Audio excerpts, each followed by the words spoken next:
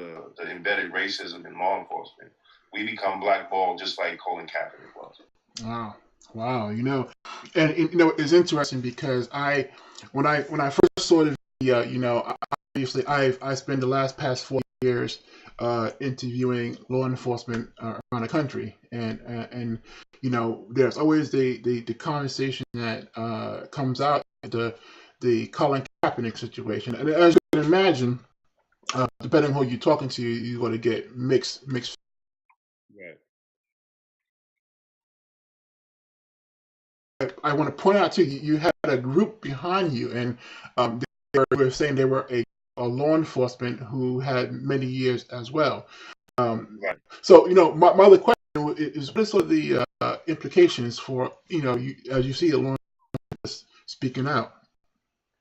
Well, I mean, we I know, face it's a tough question. a lot of retaliation, all different forms, whether, mostly on the job, and denial of promotions, and uh, brought up on bogus departmental charges, and for speaking out against, and even sometimes some officers, they won't, officer in trouble, they won't send actually backup, for the officer. So there's a lot of ways that retaliation happens when you speak out. So a lot of officers face that. It's nothing new. When I first got on the job, I heard stories and was told stories, of how these departments retaliate against black officers. So, it's an uphill battle. Like, people don't know it takes a special officer to speak out, because we're outnumbered, Right. and sometimes, depending on where you live, you might be the only black officer in that police department. Yeah. Yeah. And so, your back is up against the wall, and you don't get a lot of help from the unions, because the unions is run by white officers majority of the time. So you're damned if you do and damned if you don't. Gotcha. One of the interesting things that when I first came to the that event in New York, and I mentioned before again, having those three organizations together in sort of Right. unison, and I guess what common themes do you think that you would share with like Latino uh, community who are in law enforcement? Well, being officers of color, Yeah. whether they're light brown or we're dark brown, and they face the same racism that we face in the department. So, and we all, at the end of the day, we all come from the motherland, Africa. So we have commonality. So we try to address the issues in unison, and use our strength, in the communities that we serve, to push legislation, and push change, and push policy change. Right, right. And the other, and again, the video that was I sort of showed before, you also talked about that voting power that Yes. the organization sort of harnesses on, Yeah. Um, so let me ask you now. You've been 28 years in the game, Yes, plus. sir. Yes, sir. What made you want to sort of start the path of law enforcement? And Well, on my mother's side and my father's side, okay. I was exposed to law enforcement. On my mother's side, her brother was one of the first black sheriffs Wow. down close to Seaboard, North Carolina. Wow. And on my father's side, my father's brother was a correction officer for New York State Corrections, and last I think he was a superintendent for New York State Corrections. So I was exposed to having law enforcement in my family, and respecting it, and I also had a neighbor uh, who worked at the Westchester County Jail. So I used to see him in uniform every day. So it wasn't, and then coming up, cops used to live in the community that they served. Yeah, that's something that is really important. Now, and again, when I talk about Samuel Battle's narrative, that was one of Mm-hmm. his biggest things is living in the community that you serve, because it was really Exactly. important for folks to see, that not only are you there to protect them, but you're also one of them. Exactly. And let me tell you, and it doesn't even matter, like it doesn't even matter what color. Because when I was young, my dad's club football coaches um, were police officers that lived in the community and they were white. So I mean, and you have a relationship with them, through dad's club and through playing football, but they also were giving back to the community. They also understood that they were investors in the community, even though they were white young guys, and they took a lot of these black kids and coached them through football from fifth grade all the way up to ninth grade. And so it's that relationship, is that investment, and what law enforcement has done, um, especially from the pushing of the fraternal order of police, is start this notion that and start this idea that police shouldn't live in the community that they serve, right? That all of a sudden it's become dangerous for police to live in the communities that they serve, which is total nonsense, right? You can't have community policing, right? A theory that these police departments use without having police living in the actual community that they serve. That is the DNA of community policing, in which they have turned they have turned their back on that. So that's why all their programs that they call community policing fail, because it has to start one way. It has to start with that relationship with that officer that is a stakeholder in the community that he serves. Right, and the part that you mentioned, and this is again, just to give you a little idea of the conversation I typically have when I interview law enforcement. I bring in Samuel's battle narrative, um, and by the way, this I don't know what's happening with this connection, but I'm recording it now, Okay. because I'm afraid that I'm seeing this frame dropping, and I'm afraid that this is going in and out. So I'm going to post this afterwards too. So if you want to share Okay, it, great. Damon, I'm going to send it Great. your way. I started hitting record. I hit the record button a while ago because, oh gosh, what's going on here? Technology, it's one of those things where sometimes it works, sometimes it's a Exactly. pain. But thank God for the record button. So and I noticed because I'm getting messages on my phone. I'm sorry, guys. Maybe I'll share the answer, share the questions with Damon here, and maybe I don't know. Yeah, technology. So I'm sorry. Samuel Battle, when I did the narrative with the Moses Battle with Moses people, one of the things I mentioned was um, he and as well Moses Picard. They always talk about those three different battles, right? There was the battle with the self, as a law enforcement. There was a battle with their community, and most importantly, and I think this is what I really basing this episode on, it was the battle with the system. Right. So in Samuel Battle's case, for example, he talked about being in law enforcement at the same time when the bloody year of 1920s was happening, Mm. before the lynchings and the lynchings that were taking place down south and even in the north in Chicago. So, Mhm. um, so my question is with you is 2019. What is your take on those three different kind of battles? Is there one that's more important for people to focus on? No, well, I think all three of them are important as a black law enforcement officer, and you're gonna constantly you're gonna constantly face that.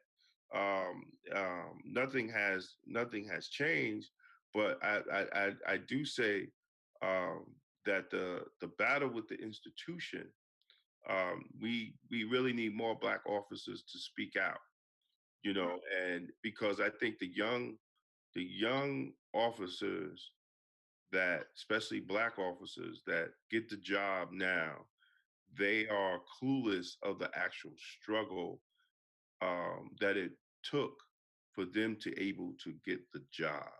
You know, the the history and the sacrifice of black officers and our black elders that are in law enforcement for them to get the job. So they do not want to get involved as much in black law enforcement organizations. It's become more of how much overtime I could get, and where am I working, and you know how I could build my pension. So, and instead of the commitment that we had, and those that came before me, to understand this, we're just not getting this job to take care of our families, which you make good money. Depending on where you at, you make good money in law enforcement. Right. It's also a responsibility to your community, because your community fought for black officers to have the job, right? So you just don't get the job and disrespect the community that fought hard for you to have that job, because if they didn't, you wouldn't be employed.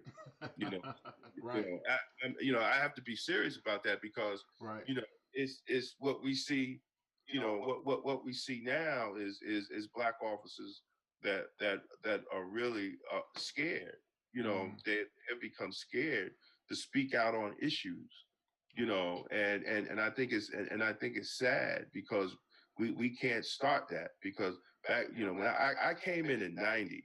So you're talking a lot of the officers. You're talking a lot of the officers that got the job in the 70s and the late 60s. Can you still hear me? Okay, all right. And in the 70s and the late 60s, they were just getting ready to retire. Those guys were fighters, man. Those guys were going into the police departments and pushing back, and some of them might have got hurt, and some of them might got killed. So their attitude was different. But now these new officers, they don't understand the struggle. The other part that really is interesting is I was just talking to uh, uh, a police officer who just retired a long maybe about 3 or 4 years ago, and we was talking, and I was wrapping the phone call, and he was like, hey, one more thing. And every time someone says one more thing, you like get the best knowledge or the best piece of information Right. that there is.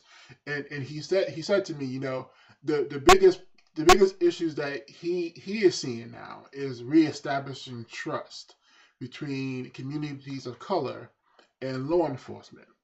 So I guess what do you think then is what needs to be done and to be able to reestablish that trust again? Well, the people have to see that the good officers have to speak out against the bad officers, right? You can't sit there and say, you know, you don't paint a broad brush on law enforcement, right? Well, you give the community has no choice to paint a broad brush on law enforcement, because they don't see the good officers speak out against the bad ones.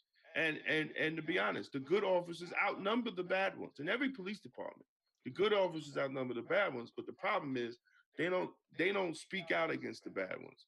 See, you can't tell the community, right?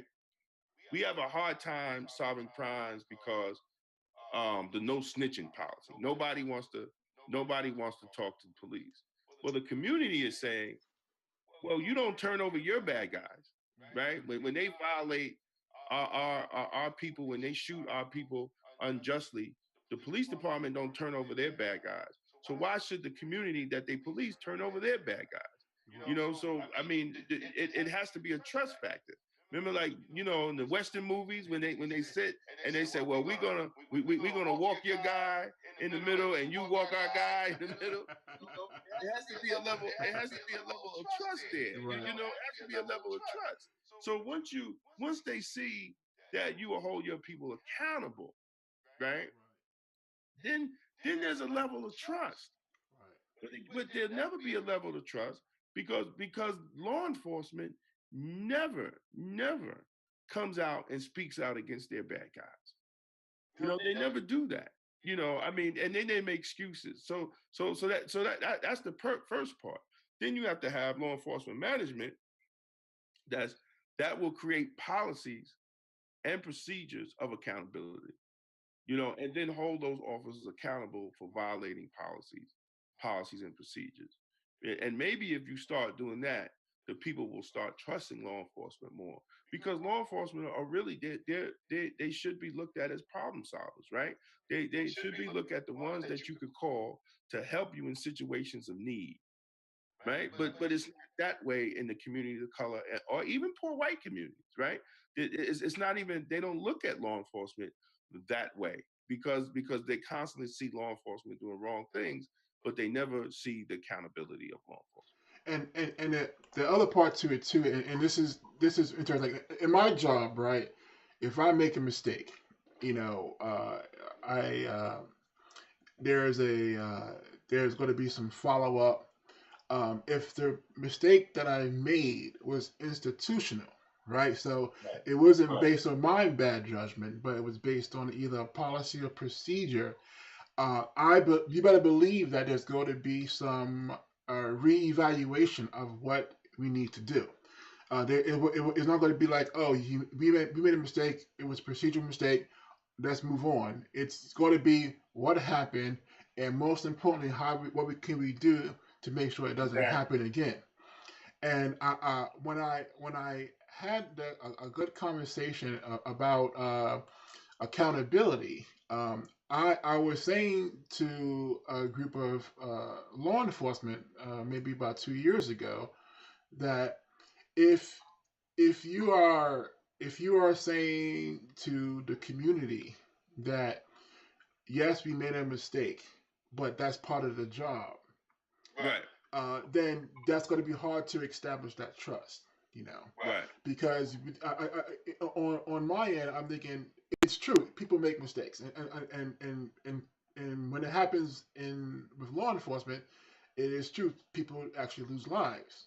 But the part to it too is to make sure that we do everything possible to make sure those things don't happen again. Now, again, I'm not in law enforcement, so I can't really speak to that because I just go by what people tell me. But I'm thinking what you're just saying sort of hits home with that because I've been saying that for years now. So um, so here's something I want to throw at you, I know I'm going to hear this tomorrow because people are really upset that this is not connecting. So I'm going to post it right away, Jamie. I think that it's what the cool thing about this is that people want to have these conversations. I think a platform to do that is really important. Yes. Um, Yes. so I'm watching my chat box here, and I'm going to respond to some folks in a minute, but.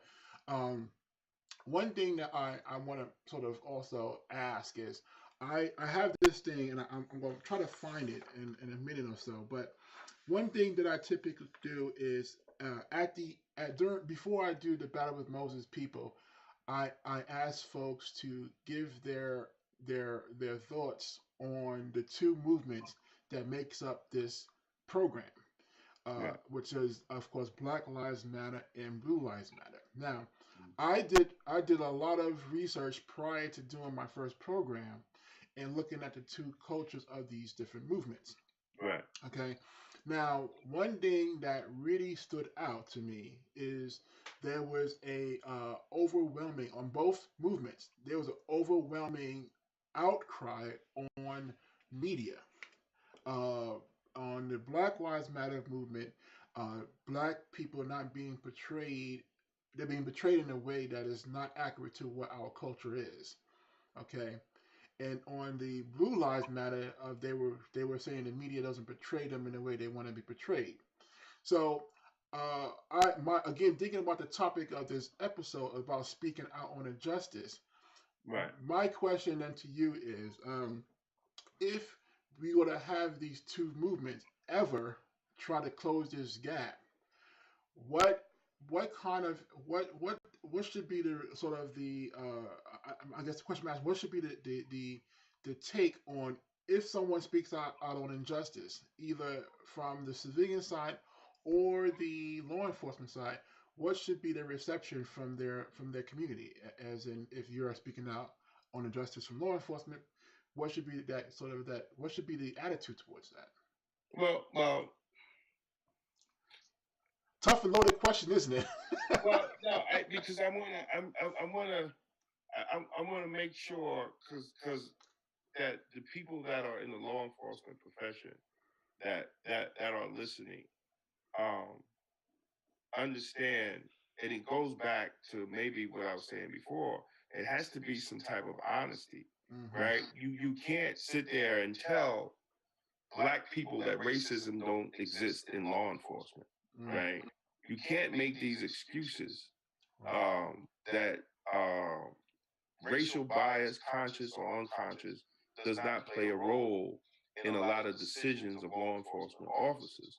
They have to be honest on the law enforcement side. I mean, because first of all, the law enforcement side is the side that has the power. The law enforcement side is the side that has the power of use of deadly force, right? The law enforcement side is the side that understands how to write reports to justify their actions, whether good or bad, right? So the law enforcement side has to be honest about racism, right? They have to be honest on how the police department was created to to round up slaves, right? So the DNA in law enforcement has been adverse to black people from the creation. See, now if we could start there, right? And we all can be honest about that, right? Then we understand that we have to recreate law enforcement that is equity for all, because if you start from the slave when it was created to track down slaves to the time that it was just infiltrated with KKK, right, north and south, right? So and these are historical facts, right? This is historical facts. And to the point that now, even if when you have majority black cities throughout the nation, their police department are majority white, right? Unless we have that honest conversation, and if law enforcement, because they are the trained professionals, right? They have to be honest. They have to be honest. Now the black community, well, we have to be honest too, because we have to be able to police ourselves, you know, and not use law enforcement as a crutch, right? We have to take care of our own business. But at the end of the day, we are the community are the taxpayers, right? They pay for the salary of the police officers. They pay for the equipment of the police officers. They pay for the training of the police officers, right? So the police officer or the law enforcement officer cannot act like they're separate, from the municipality, and that they don't have any type of accountability. But the community also must understand their power as taxpayers, right? Like I said before, the Black Lives Matter movement is real community policing, because what they're telling law enforcement, that you respect me, treat me with respect, right? But the Black Lives Matter movement doesn't know their power, because they should be in the city hall meetings, in the council meetings, in the mayor's meetings, and demanding that policies need to be changed. And if policies don't change, then you vote that city council person out. You vote the mayor, because usually, if you're not voting for the sheriff of your town, right, the one who runs the police department is appointed by the mayor. So, okay, well, if you don't want to correct your commissioner on this, you know what, then we vote you out, and we'll put somebody in your place that's going to hire someone that believes in equity in law enforcement and fair dealing. And We haven't got to that point yet. yeah, and one of the interesting things, and I always say this too, is there is a good thing that Black Lives Matter is a movement. because it's a movement. Therefore, it can be done anywhere. It can be done by Exactly. anyone. The downside to that is that because it's a movement, there is no organization around it.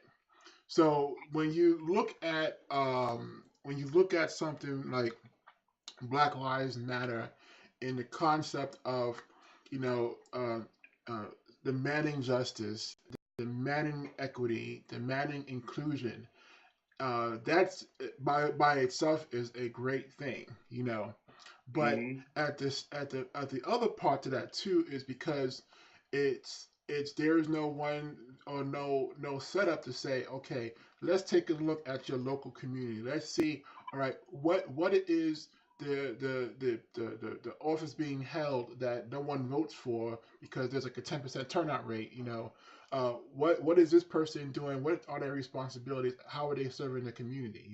Hmm. And unfortunately, that doesn't happen. And because of that, you see the same people get elected. Exactly. So that is a really good point, David. So here's I think I was actually able to find the the piece I wanted to share with you, and then I'm gonna not gonna take up a lot of your time, but No, it's all right, brother. It's all right.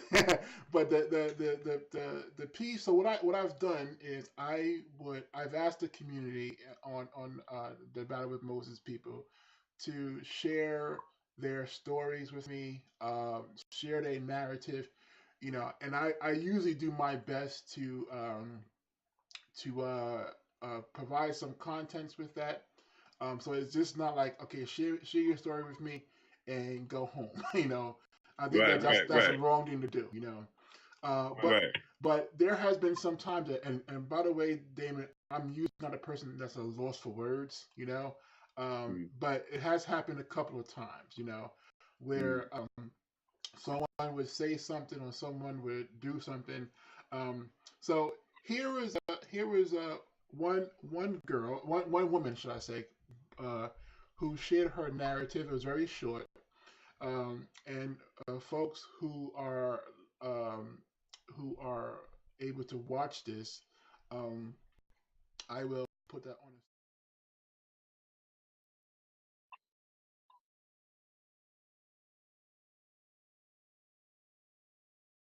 Yeah, it's all right, man. Yeah, so I got stuck.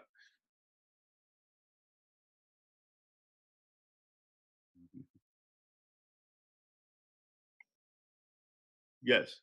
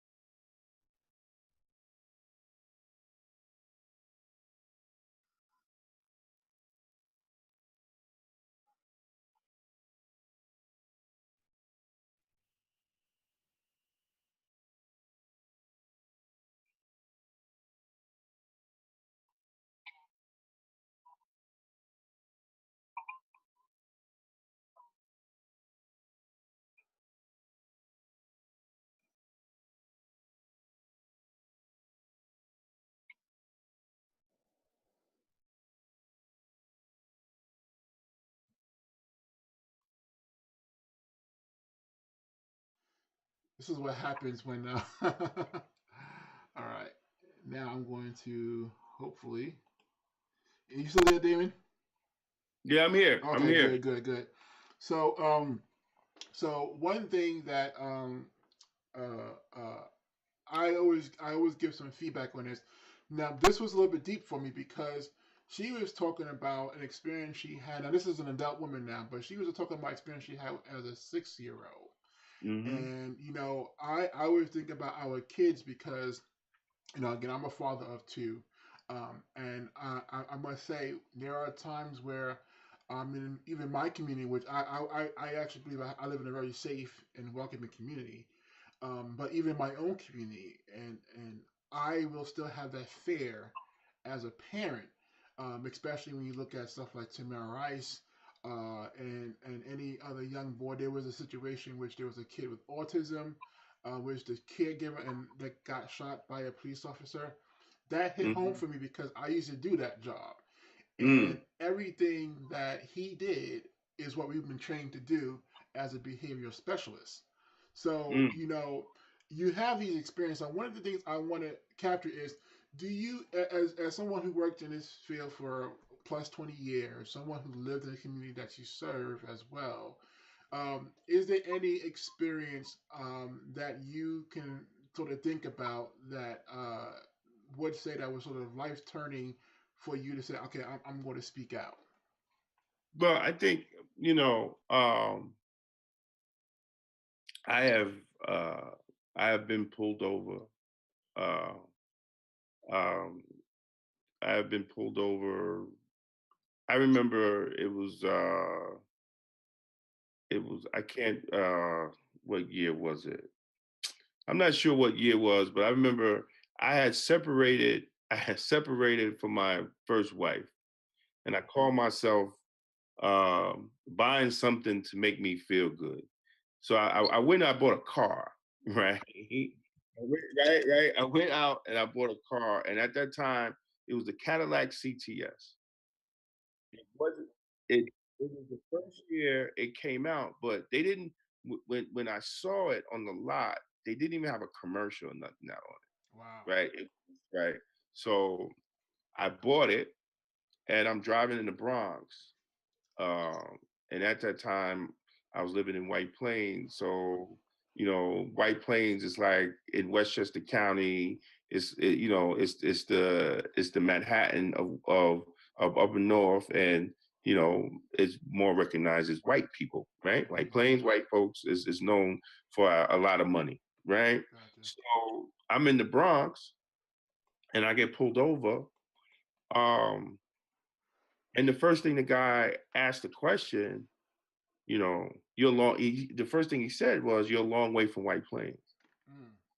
right? And I said, "Well, what that have to do with it? I could drive my car, anywhere I want, you know." So then I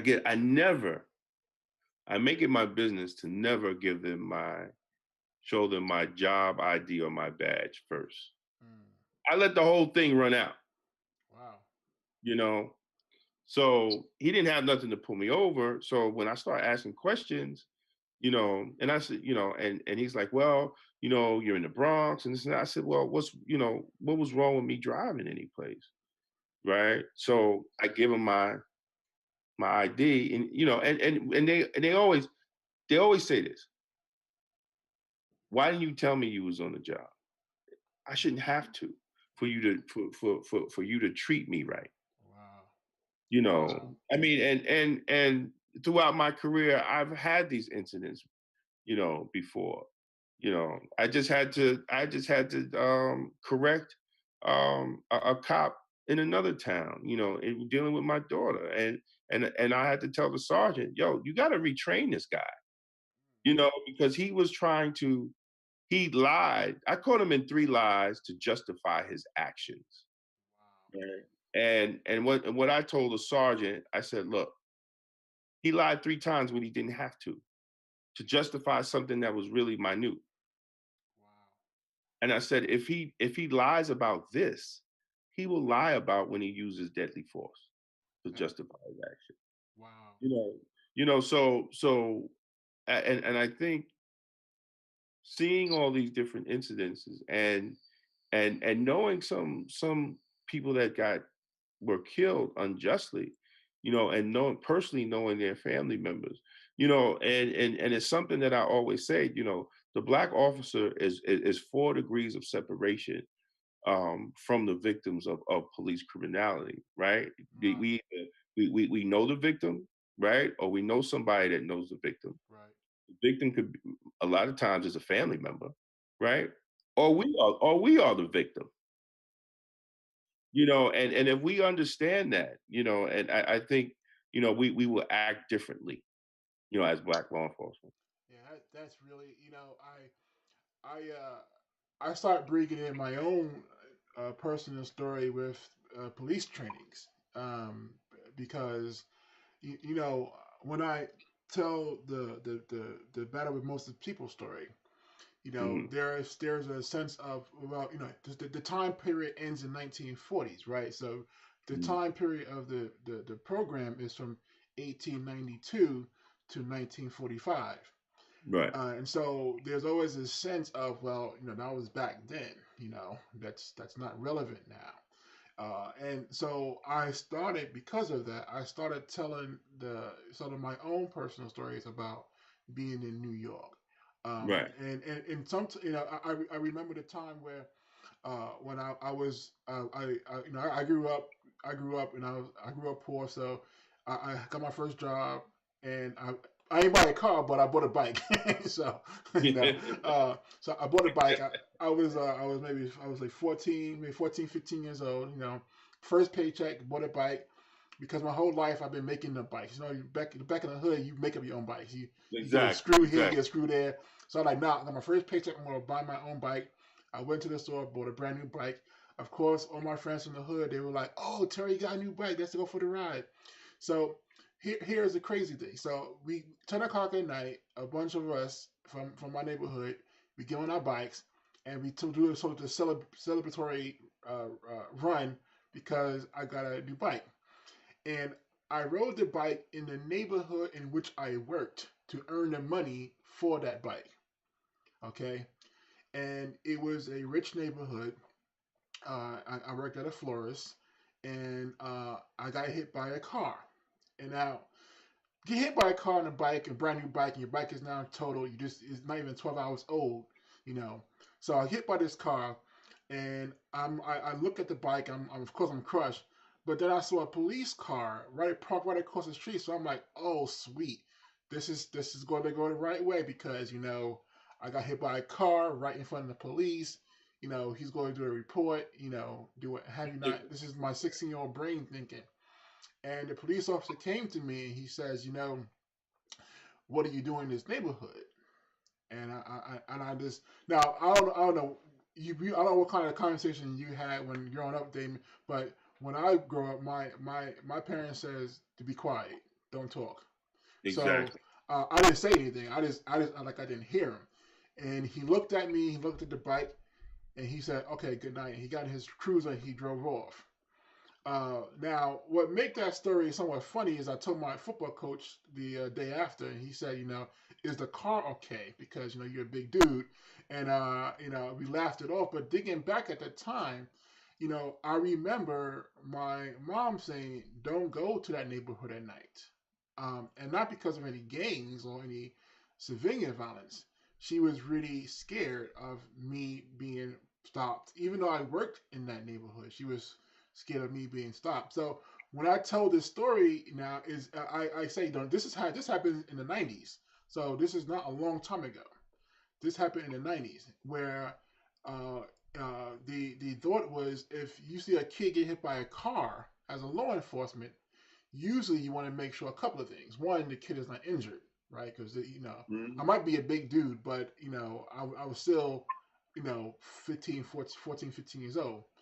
But then he also allowed the other car that hit me to drive off with no intervention. So you know, I think that's a conversation that most people don't talk about.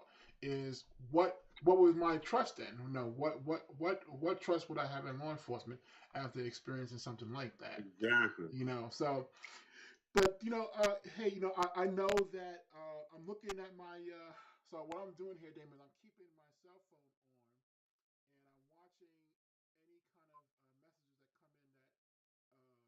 that come in that to ask any questions. But right now, because they probably can't see it, there is no question. So, um, you know, I'm gonna post this video right afterwards. It is recording. I think that um, one of the cool things about having these conversations, and I hope to have these conversations more. Yeah. There is a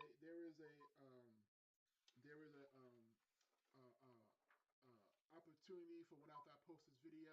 If any questions come up that's directed towards you, I would share it to you with you, and maybe somehow you can post a follow up video. Um, Okay. Yeah, um, definitely. I think that I'm just trying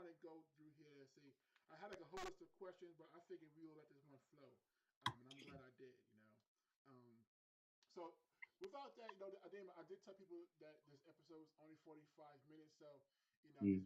we are now 3 minutes over, but that's cool because we have some technology issues. Right. But before you go, I have to ask you that one last question. Mm.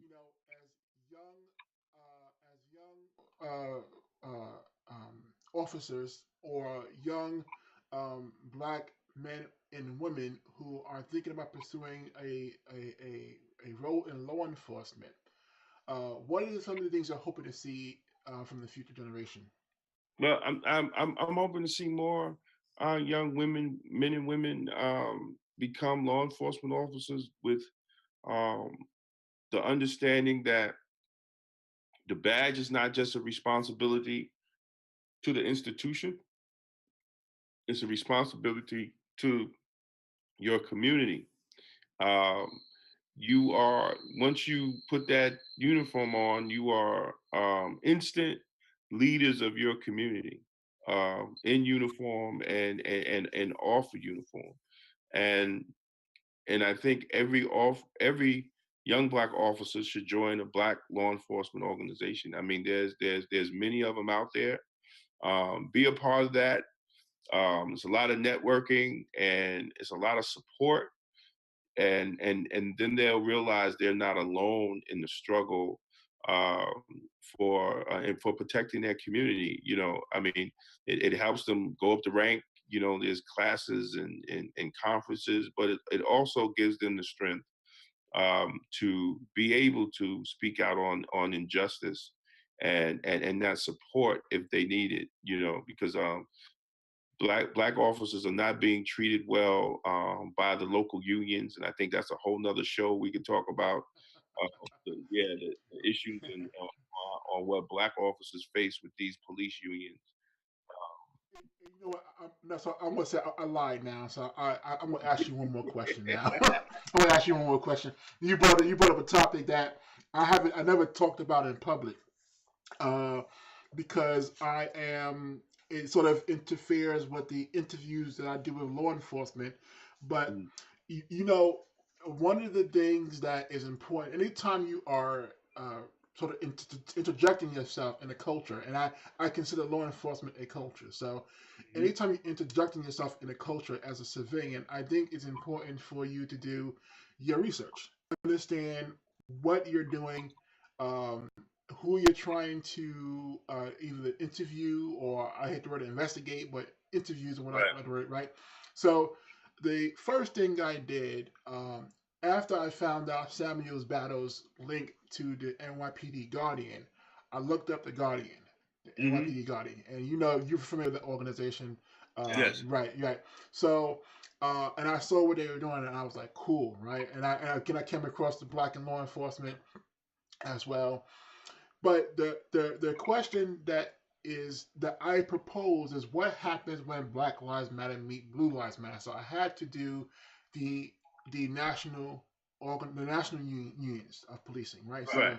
Right. So I did something called a cultural analysis, and this a little background name on a cultural analysis. When you look at cultures and you sort of diagnose what that culture's about, and from a third party perspective, right? You're not really passing judgment. You're not doing whatever. Right. So I look over the union page, and at this time, I even have screenshots of this. At this time, the unions had these open letters to our 44th president in coming out to speak on behalf of the Dr. Gates, there was an incident that happened over Right. right. Right. So they made it a very open letter to that, and I went and I combed through their whole website. I combed through their website. Like, okay, I get the gist. I went over to the Black and Law Enforcement. I can't remember which particular one it was, but it was definitely a Black union for law enforcement, and they had a link that caught my eye right away. I clicked on the link, and it was a pamphlet, sort of like a brochure, and the brochure was titled "What to Do If You're Stopped by a Police Officer." Yes. Okay, so I said, "Cool, that's cool information. Let me go back to the other one and see if I can find the same exact thing." And no, I can't make this up, man. Now, hey, for a living, Damon. Okay, I look at accessibility and I work with people with disabilities. So when you talk about breaking a site or looking through a site to find anything, I am pretty competent in that category. Right. So I combed through it, man. I clicked on almost every single link. I think after an hour and a half, I came to the conclusion that there was no such pamphlet that was targeted towards African Americans to what to do if you're stopped by police. So I went back to the other website and I combed through the other African American police union website, and I found stuff like scholarships and those kind of things. So there were two different cultures that I was looking at. Exactly. Now I don't. Again, there's a reason why I don't talk about this in public because I don't like to bring in bias when I'm interviewing officers. Right? I like to make sure that I'm not biased. So hopefully this doesn't no, No, but set me back. you know what? But you're not being biased. I mean, you've seen for yourself doing research the obvious, right? So and the stop. What do you do when Stop by the Police was started by the National Black Police Association? That was the one. Yes. Right, right. And we have a pamphlet similar, but our pamphlet, how do you survive police confrontation? Wow. Because of the fact that black people, shooting unarmed black people has become more American than apple pie. You always you always hear a story of an unarmed black person being shot. So we changed it. We said, you know what? Let's make it. Let's say, how do you survive, right? Because look, Sandra Bland, and I say this, we support. We want to hold everybody accountable, but you want to teach people how to survive, right? And without being mean to the situation, but looking at it through my lenses, only thing she had to do was put that cigarette out and get the hell up out of there, right? Because you have to change the mindset. I want to survive this situation, right? You understand? I mean, and that's what and when we do those classes, we're teaching them how to survive because you're dealing with an officer. Clearly, that officer had issues, right? You have to treat these officers like they have like they're 730, like they have a problem, they have a mental issue because you never know what that officer went through that day, that morning, that you never know. And you're dealing with a person that has the power to take your life, right? So you have to, okay, you have an attitude, you want me to put it out? I'll put it out. It's not giving your rights away. It's not making you feel any smaller. It's getting you home alive, right? And that's what we're trying to. You never know what happened to that officer. His wife could have caught him cheating before he came to work, right? Some, you don't know, and you have to treat the officer like that. Okay, well, I got to check your mentality now that you're coming on the side because you could kill me, right? You could be pissed off already and just need to get that out, because you put your badge and you put this uniform. Now you have power. You have power that in that uniform that you don't have at home with your wife. So that's how you gotta look at it like that. And so we say, how do you survive? We want you to survive. Get home, and then you write down all the situations, call the NAACP, call a lawyer, make a complaint review board. But you're alive, right? But you're alive. But you want to, we see people, they want to talk about, oh, my rights, I know my rights. Boom, boom, boom, right? Well, there's your rights is gone, right? So but now when you go to these other websites, now look recently, right? Damn near every police union supported Donald Trump. FOP was the biggest police union, supported Donald Trump, right? Right. Yep. What mindset are they thinking from? Right. Not only that, you had police unions wanted to boycott Nike, wouldn't do security at stadiums when Colin Kaepernick was playing, right? Right. Yeah. What's the mindset of those police unions? Right? But see, now we got to start looking. We got to start looking at that. Now, these same police unions that want to boycott and they want to do all this, black officers pay union dues to these police unions. Wow. Right? So if they think like that about Colin Kaepernick and only Colin and they want to use these excuses and they want to use these excuses. Oh well, he had socks with pigs on them. That's minute. Yeah. Right? The bigger issue is the unjust treatment of black men. They never want to discuss that.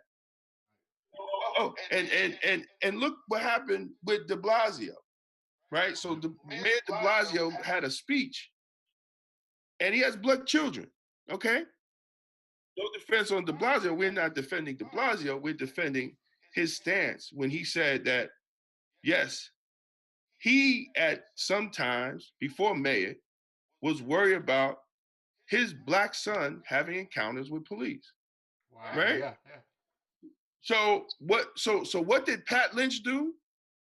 He at the funeral of an officer when De Blasio spoke, officers turned their back on him. Yeah. Yeah. Right? Officers turned their back on him. But here's the kicker. There were some black officers that turned their back on him too. There was pictures that show that, man. Exactly. So look at the mindset of some of these black officers, right?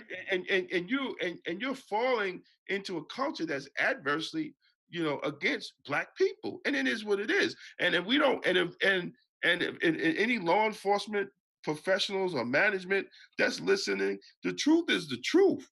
Until law enforcement will address the racist problem within their departments throughout the country, we'll never change. And let me tell you, a lot of them don't even want to do it.